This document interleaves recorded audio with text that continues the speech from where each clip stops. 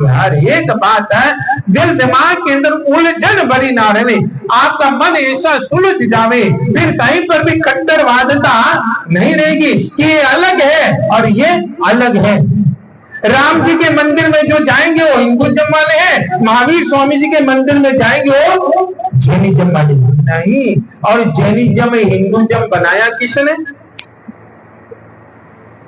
शुरुआत से तो हमारी सनातन संस्कृति है, और सनातन संस्कृति ऐसी संस्कृति है जिसका न तो अंत हुआ है और ना ही अंत हो सकता, क्योंकि अगर अंत हो जाता तो कहीं पर भी जुड़े हुए सब्जेक्ट हमको शास्त्रों के अंदर नहीं मिलते कि 8वें अवतार 24 अवतारों में 8वें अवतार राजा ऋषभचंद्र जी है, सिद्ध हुए बालाजी, ये सब हमारे शास्त्रों में ही तो बताया गया है। अब मैं कुछ कहता होती इन चीजों को थोड़ी जानता था, ये तो मैंने पीएचडी करी, बहुत सारी बातें, इतनी सारी बातें एक एक बात। और जब मैंने सब्जेक्ट मैंने दिमाग के अंदर बिठाया तब से मैंने संकल्प ले लिया कि जहां पर भी जाएंगे ना, ऊपर राम जी भी नजर आएंगे, महावीर स्वामी जी भी नजर आएंगे, कृष्ण जी भी नजर आएंगे और सामने बालाजी भी नजर आएंगे। क्यों? कि हमने जोड़ना है, और हमेशा धर्म जोड़ने का काम करता है, तोड़ने का नहीं करता। धर्म एक दूसरे को मिलाने का काम करता है, भिड़ाने का नहीं करता। धर्म सुई का काम करता है, जोड़ने का। सुई क्या करती है? जोड़ती है, और कैंची काटती है।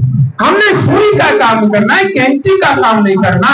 और इसलिए तो जो दर्जी लोग होते ना, और दर्जी लोग कैंची को तो पांवों के नीचे रखते हैं, क्यों? वो काटने का काम करती है, और सुई को या तो घूसट की जेब के साथ में टांग करके रखेंगे या यहाँ रखेंगे, क्योंकि वो क्या करती है? जोड़ने। जो जोड़ने का काम करता है वो सिर के ऊपर रहता है, और जो काटने का काम करता है वो पैरों के ऊपर रहता है। हमको जोड़ना है, और जोड़ने में थोड़ा सा समय जरूर लगता है, लेकिन जोड़ने में टाइम लगता है और काटने में टाइम लगना ही नहीं। सरस पर क्षमा याचना, हम एक दूसरे से क्षमा याचना करें। और कैसे करें क्षमा याचना? करें तो कैसे करें कि आप लोग जैनियों को देखें, जो पक्के ठेकेदार बनकर के जो जैनी रहते ना, वो जो आपस में जिनसे रोज मिलाप होता है, जिनसे रोज मिलाप होता है, रोज हाथ मिलाते हैं, रोज राम राम करते हैं। और ये पर्युषण पर्व का जब 8वां दिन आएगा, 9वां दिन आएगा, 15वां दिन आएगा, 20वां दिन आएगा, तब क्या करेंगे? क्षमा याचना, क्षमा याचना। किससे कर रहे हो? किससे कर रहे हो? जिससे आप रोजाना मिलते हो, जिनके साथ में आपकी कटुता हुई नहीं है, जिनके साथ में आपका झगड़ा हुआ ही नहीं है, उससे आप क्षमा याचना कर रहे हो, सिर्फ शब्दों के माध्यम से कर रहे हो। लेकिन जिनके साथ में झगड़ा होया हुआ हो, जबकि क्षमा याचना का मतलब क्या है?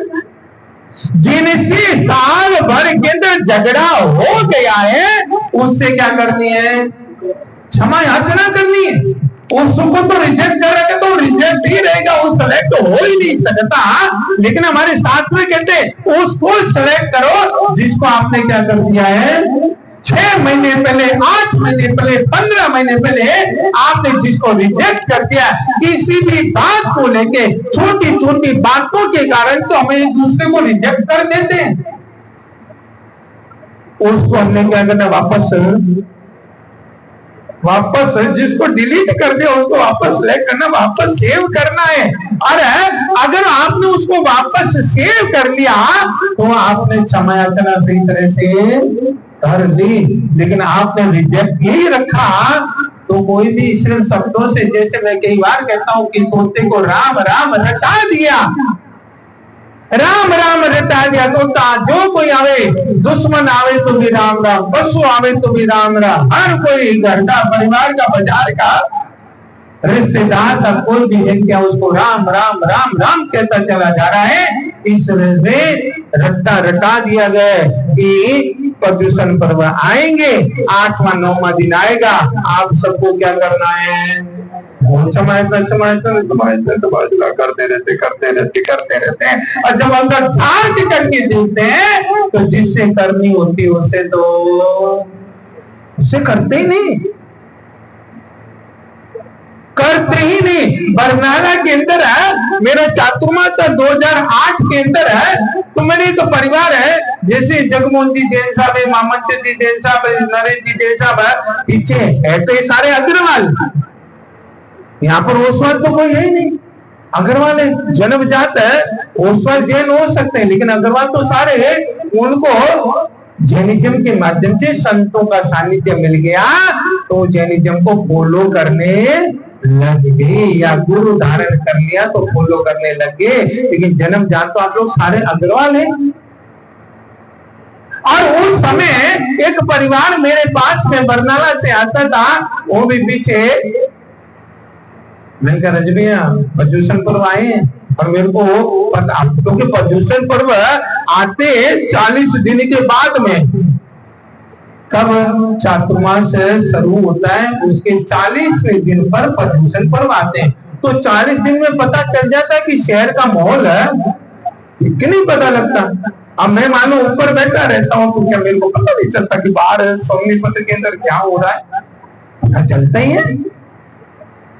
तो 40 दिन के अंदर पूरे शहर की प्रक्रिया का अनुभव हो जाता है और उस अनुभव के माध्यम से वो परिवार आया।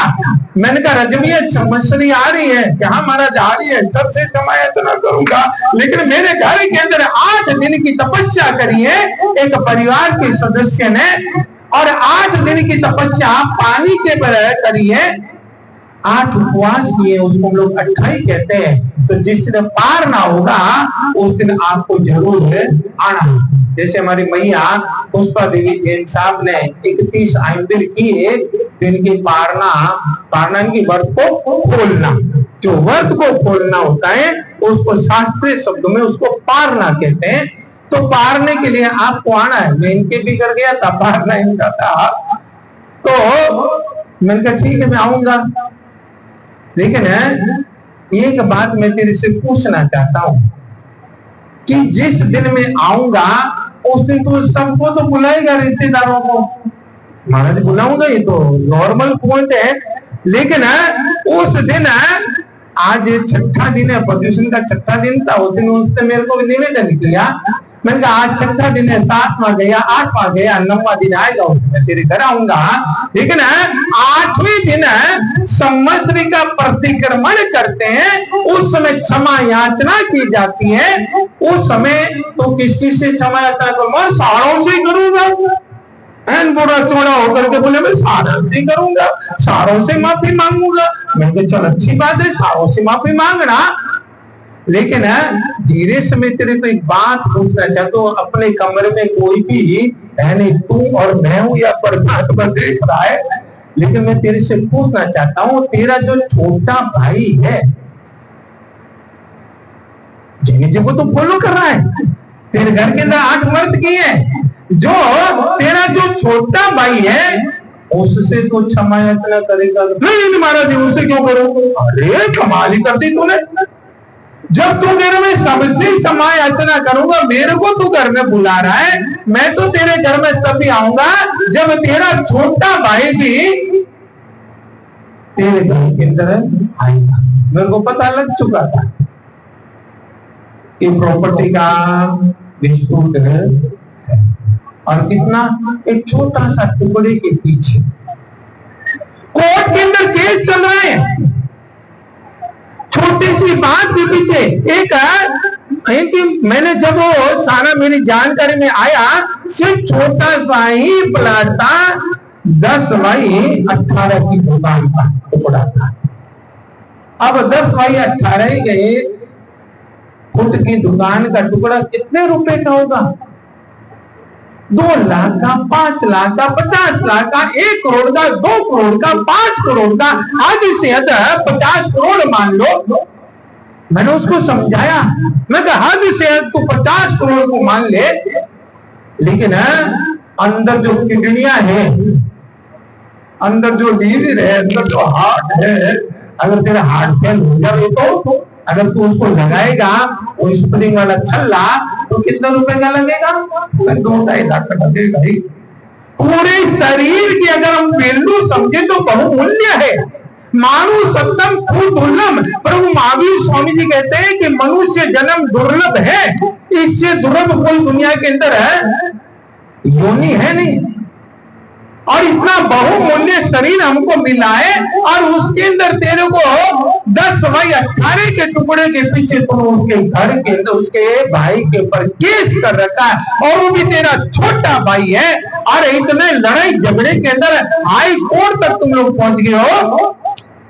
अगर सही रूप से तो क्षमा याचना करना चाहता है ना, और मेरे को घर में बुलाना ही चाहता है, तो डेफिनेटली ये 2 दिन तेरे हाथ में है। कितने? 2 दिन तेरे हाथ में। 2 दिन में 48 घंटे तेरे हाथ के अंदर है। और हमारी जो सामायिक होती है वो 48 मिनट की होती है। तो 48 मिनट जाकर के सामायिक कर है, और सामायिक के अंदर कोई माला गिनने की जरूरत नहीं, कोई स्वाध्याय करने की जरूरत नहीं है। तो सिर्फ ये चिंतन कर कि मैंने मेरे भाई के पर केस क्यों किया, उसके पीछे रिजल्ट क्या निकलने वाला है। 10 दिन के अंदर तेरी हवा निकल जाएगी। बोलो निकलेगी? मैंने शुरुआत के अंदर की हवा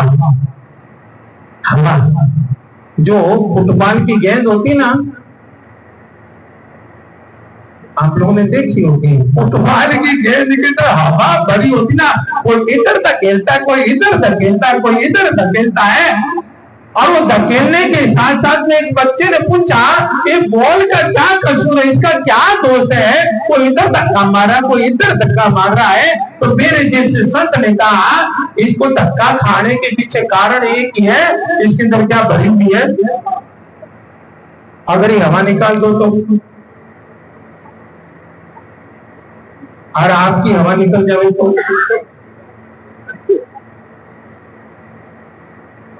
ये हवा की चक्करी की तो सारा कुछ है।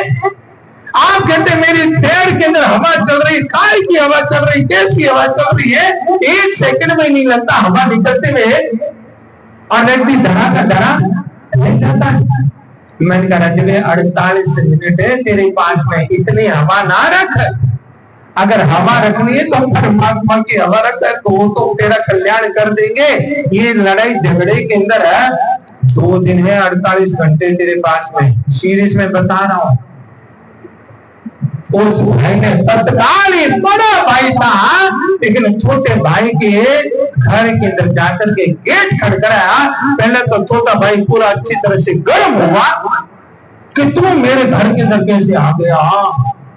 और वो तो लोट पोट, वो तो छोटे भाई के चरणों के अंदर लौट गया कि भैया तू माफ कर दे।